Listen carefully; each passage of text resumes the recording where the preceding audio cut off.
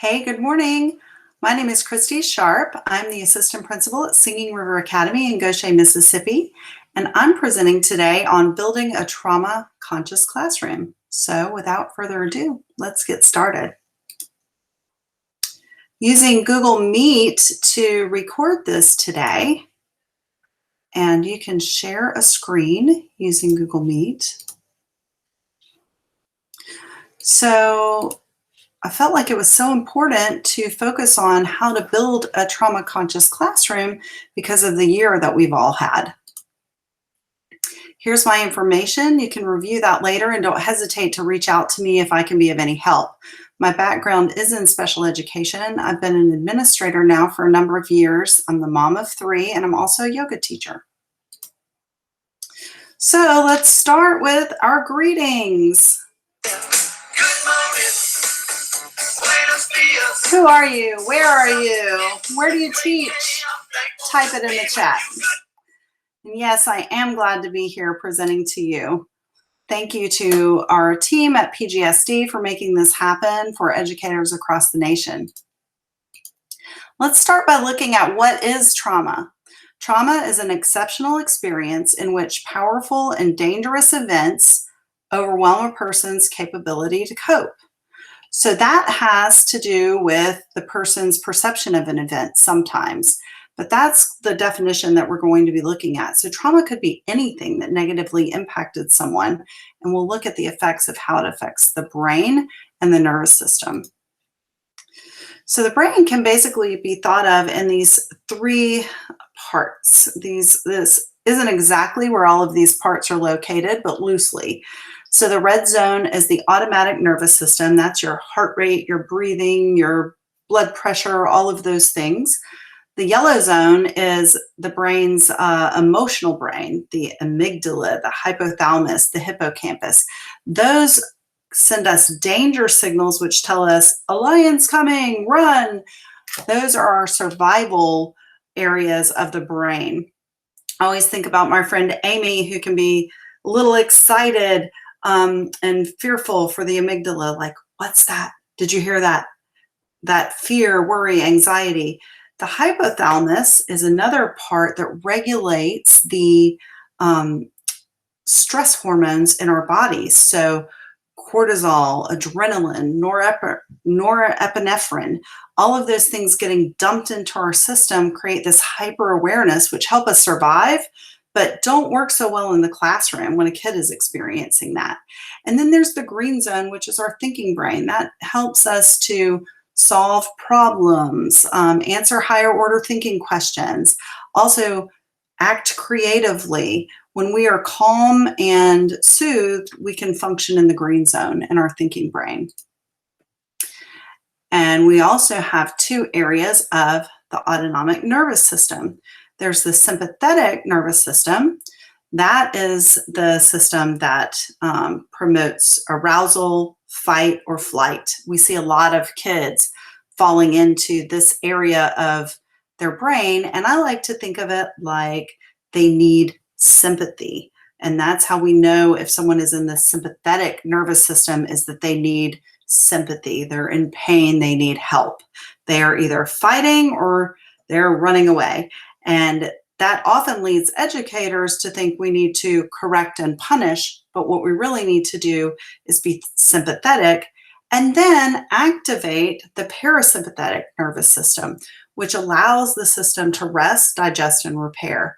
So I think about remembering that because of our para-educators who come to the rescue. They often help kids. They are the helpers. So I think about activating the paras to help soothe that sympathetic nervous system and help kids who are facing trauma to be able to function effectively in the classroom. So how do these things show up in schools? Well, you already know that. There was a study done in the late 90s that talked about adverse childhood experiences and how that eventually will affect our adult health. It can cause obesity, heart disease, and a host of other problems.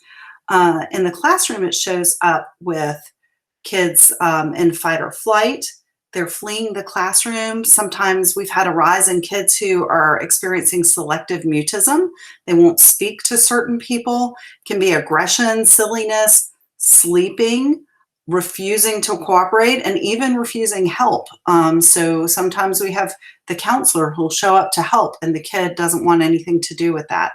And we're seeing more and more of this, particularly during COVID, when many of the adults who are supposed to be the children's support have also been under tremendous stress. And some of us, as educators, we've been under tremendous stress as well. So how do we change this? How do we focus on changing? Well, the first thing is to accept that trauma is a thing. And yes, as educators, we think it's our job to teach and impart a lesson. But really, we're not going to be able to do that unless we can move a child from that fight or flight center of their brain into that green area, that executive functioning of the brain. So we have to accept that science shows us the brain cannot function until it feels safe and calm. The other thing that I want to encourage you to do is deal with your own trauma so that you're able to show up for kids. One of the things that is recommended in this book, Fostering Resilient Learners, is to create your own personal mission statement. So just take a minute and think about that. Think about, why do I show up at school? What is my overall mission? We know it's to teach, but what are you trying to do in your classroom? So my personal mission statement for school that I've created is, I want to create a safe, positive environment so students can learn. It can be something simple for you, but just take a minute if you're willing to share and type your personal mission statement in the chat. And here are the resources that I'm drawing from for the information.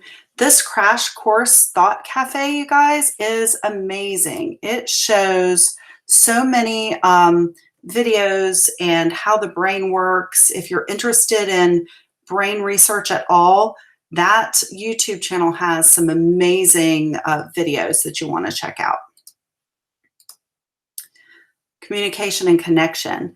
This is super important to help ease the trauma response in the classroom for a kid.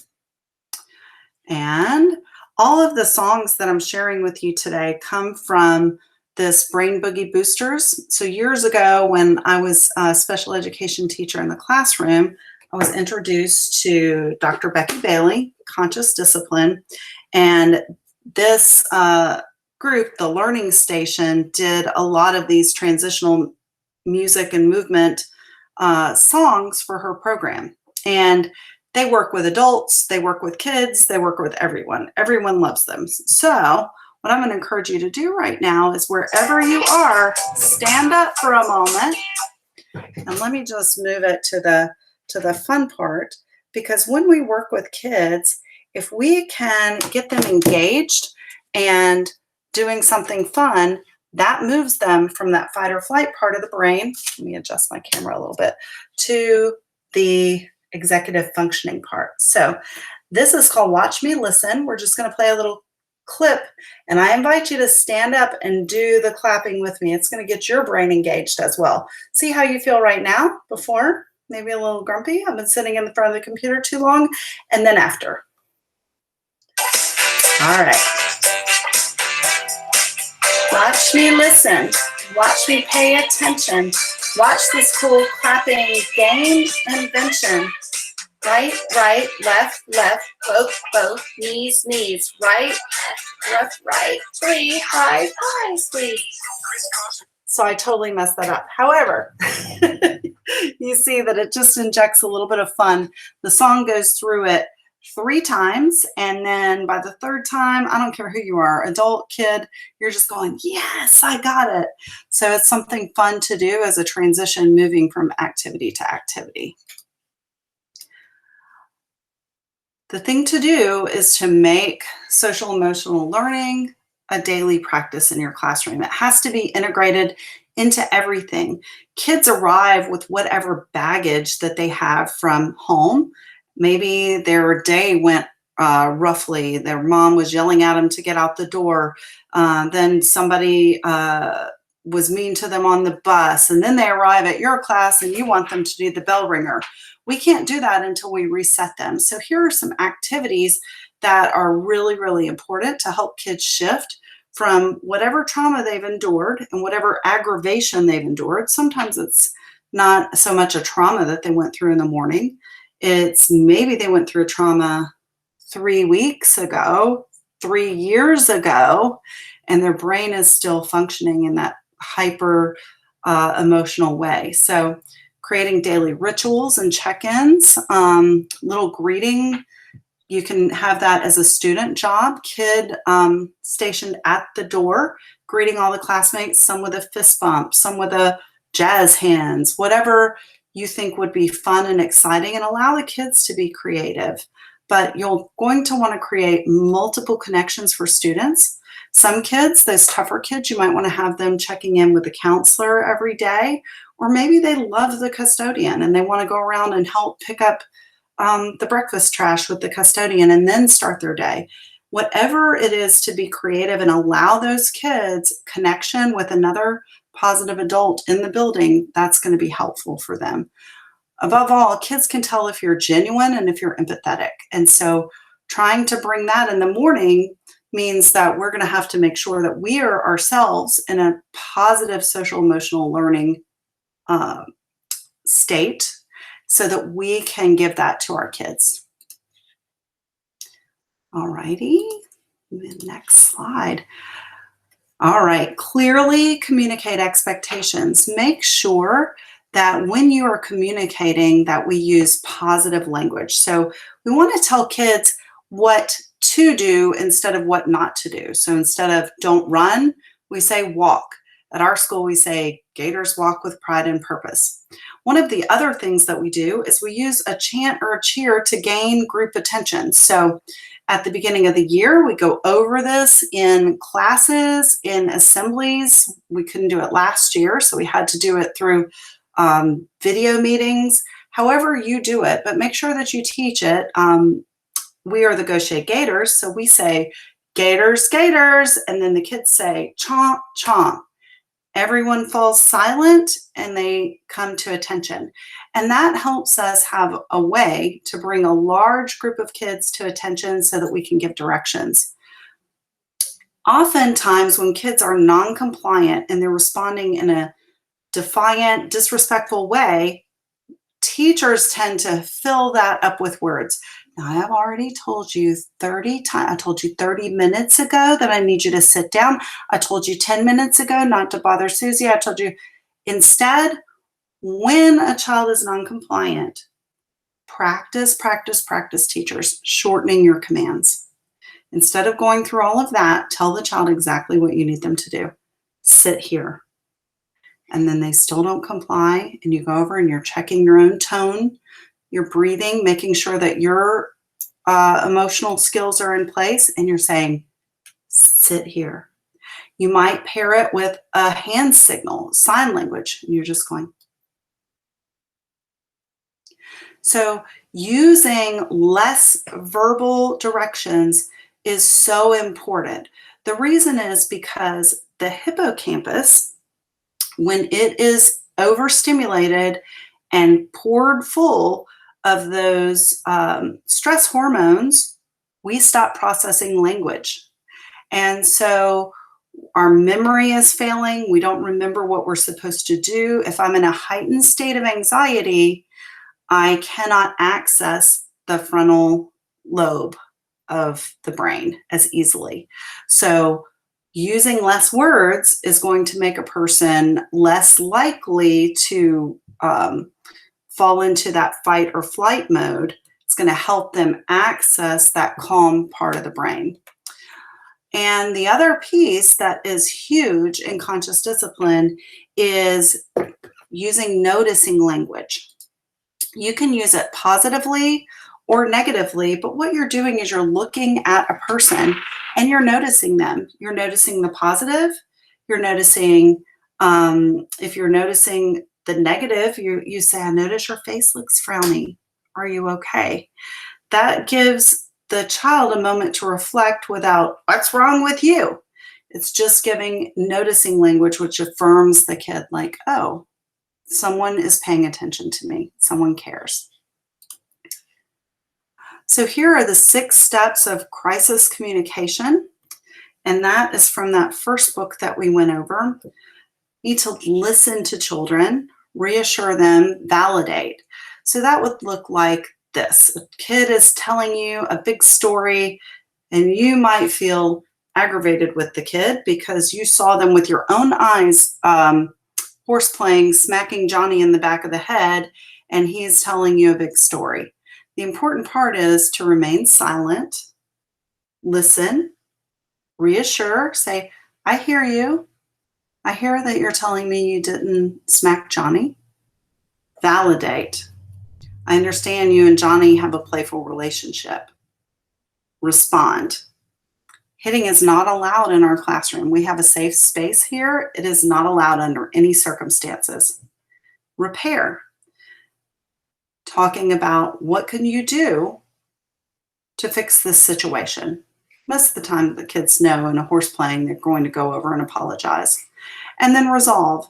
If it's something more than that, you can offer a peace contract. Our school is for 5th and 6th graders, so a lot of times they're not ready to apologize and make amends in that moment. Sometimes they need a couple of days. So I always go and write down their names in my planner and schedule a meeting, and we'll come back together after things have cooled a bit to decide how to resolve the situation. And that's important. We don't always have to know the right answers in the exact moment. I think as teachers, we're used to solving problems and fixing things right away. In crisis communication and being trauma sensitive, we need to realize that sometimes it's an ongoing process of fixing things that are broken. All right. Using specific positive language is very important when talking with kids in trauma. And this is really important in talking to anyone. So here's the noticing language again. Let's look at how we can do that positively. June, I noticed you picked up Sam's paper he dropped. That keeps our classroom neat and tidy and helps Sam not to lose his paper. That was so helpful. So the end with a tag, you saw how we used the name. We described what we saw the child do. We restated how that behavior affected the class, and we ended with that summary tag. That was so helpful. In the more negative place, the summary tag, using that same example that we just talked about the kid hitting the other one in the back of the head, we could say, that was hurtful to him. What can you do to help? So something that kind of summarizes it. And I have some wonderful quotes there. One of the things that we like to do with this philosophy is also use empowering language. We're not jumping in to rescue kids of trauma. We're teaching them that they are strong, that they are safe, and that they can handle this, that regardless of what tragedy our kids have gone through, and many of them have gone through some heartbreaking situations, but we must empower them so that they can go forward and learn to cope. Another little quick tip, at our school, we have kids take a breath in, then they do this. Peace begins with me. And exhale. And that is a little strategy that just kind of helps them recenter and realize that they're in charge of their reactions. It's very empowering for kids to realize that they don't have to flip their lid just because someone else is coming at them with anger. Visual cues are often helpful for kids with trauma, and any kids. If you have kids who have any kind of processing disorder, have special learning needs, these can be helpful. Here are a couple of examples just to get you started, and you can look up many, many more systems online, but these are so helpful to have some check-in thermometer cards. Again, thinking about that area in the hippocampus of memory, learning, language. If you have a kid of trauma, that area is smaller. So having some visuals to point to are going to be really helpful to helping the child be able to communicate what they need to say. Also be aware of your own body language and the body language of students. I was in a training yesterday, and there were times when I felt like I wanted to do this. However, I didn't, and I'm trying to use a lot of smiling and gestures for you to keep it lively. So you want to make sure that you're not, as you're greeting the kids, starting off your day like this, like you aren't glad to see them. This morning we're doing summer school right now, and I started with the greeting song and just was dancing and waving, and the smiles that I got back, even for my kids who are just too cool for school, those sixth graders, they're about to go to the middle school and they just think they're so cool. They were like, "Hey, Miss Sharp, glad to see you today." So be aware of your body language and making sure that you are showing up positively in that way for kids as well. Essentials for trauma sensitivity. Look at these, and they actually are important in this order.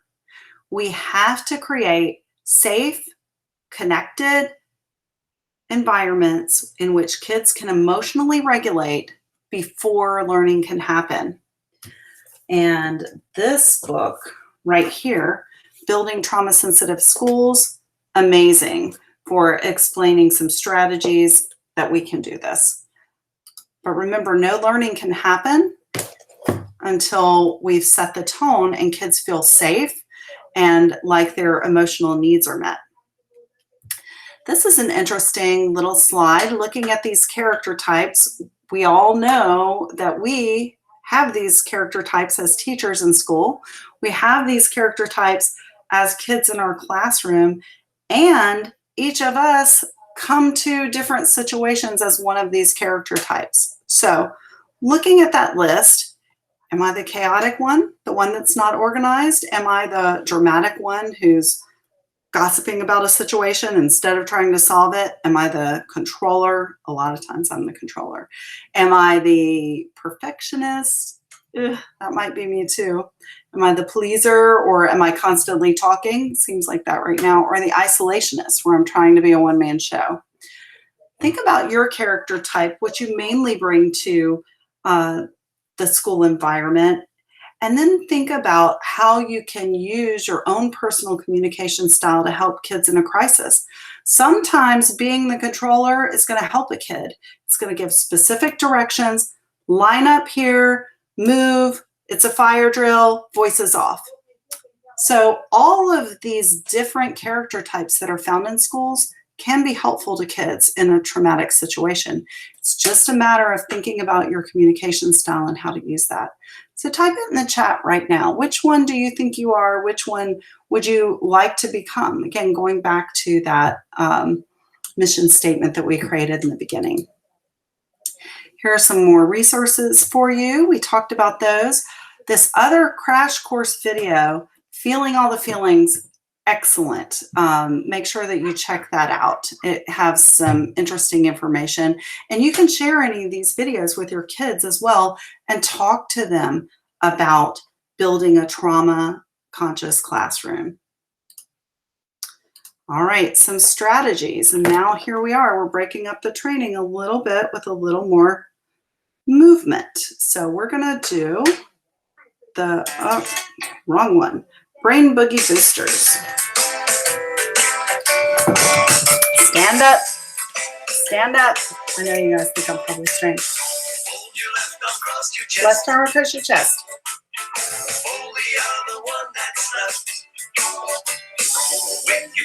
Front turn your thumb. Pinch your earlobes. Squat down and breathe. Exhale as you stand up. And fast. Bend.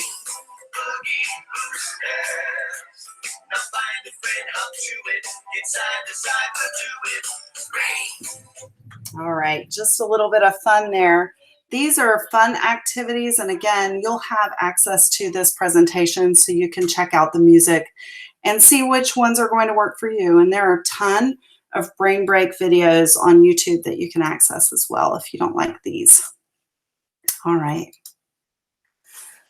Look at how we can provide kids who have experienced trauma with daily activities that are going to treat that trauma. How can we provide these things for ourselves? At home, I do a daily journal. Here are some ideas for journaling in the classroom. This book called Start with Joy has a lot of amazing starters for journaling activities. You can share a Google Doc. If you've never checked out Padlet, it's another digital format where kids can make a list of feeling words. They can do affirmations for a peer, multiple uses using technology, and little daily check-ins using a Google form, just having a kid take their emotional temperature for the day.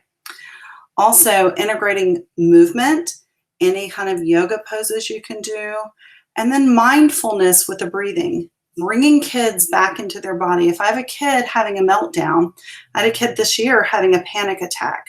So I just sat with the kid, and she was literally feeling like she couldn't breathe. And I would say, close your eyes, feel your feet pressed into the floor.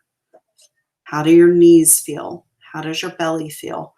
Bringing that child back into their body. You can do that with a snack so kids can practice being in tune with themselves. So cutting the apple, how does the apple look? Taste it. Where do you taste the sweetness on your tongue? What's your tongue doing when your teeth are chewing?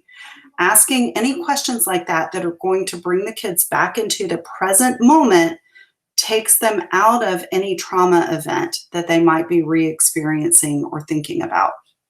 And so those are all activities and things that you can do and look at. I have many more resources for this. If you want to reach out, I'm happy to share them. A few more strategies. Model the behavior and the language that you expect. And model messing it up and correcting it. So if I'm using too many words and a child is feeling overwhelmed, I can say, my directions weren't clear.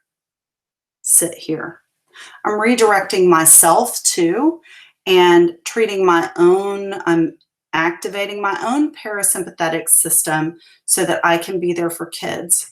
I recommend that every class have a safe place with some sensory toys in it. I have a basket right up there. I should have pulled it down before this, but has some squishies, stress balls, Rubik's Cubes, things like that where kids can fiddle if they come into the office and they're feeling stressed.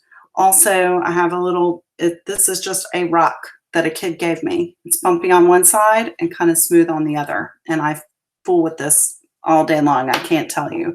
So the other thing that is so important, in addition to providing tools for kids to use as a strategy for calming, is make sure that we're using positive verbal praise.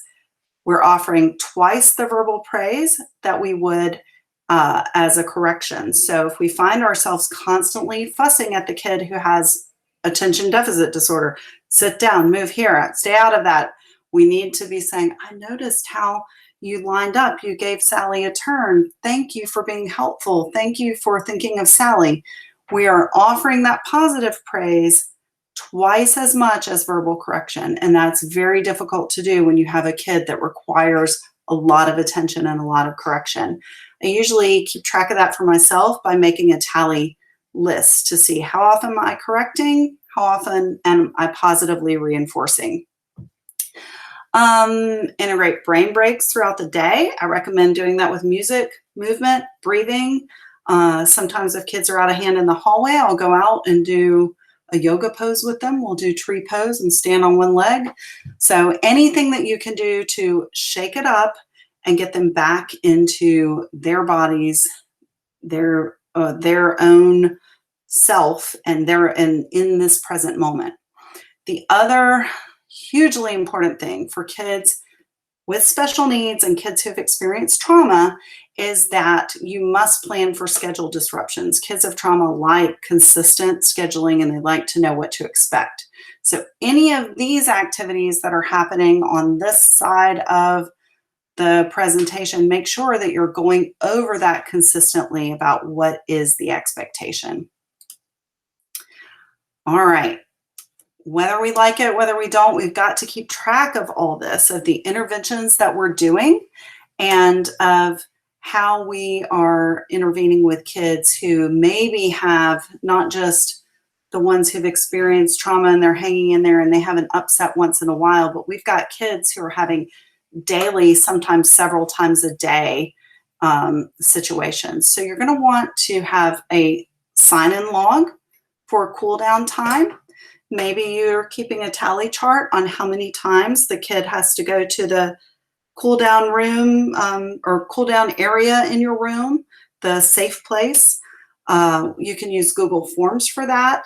You can also have kids do video logs of themselves working through the process. I was feeling mad. They can use a Flipgrid and create their own presentation about it. And then this year with our mental health referrals, we've created a shared Google Sheet between all of the administrators and counselors and kind of special folks in the building so that we can keep track of how often we're referring families for mental health services as well. And we want to be able to provide that support for our community. Here are some more resources. This book is excellent. This is Practicing Present, Simple Self-Care Strategies for Teachers. And then this book, Reaching and Teaching Children Who Hurt, Strategies for the Classroom. But there are some wonderful scenarios in here too that will remind you of a kid that you teach in your class. So with that, I think that's it for my presentation today.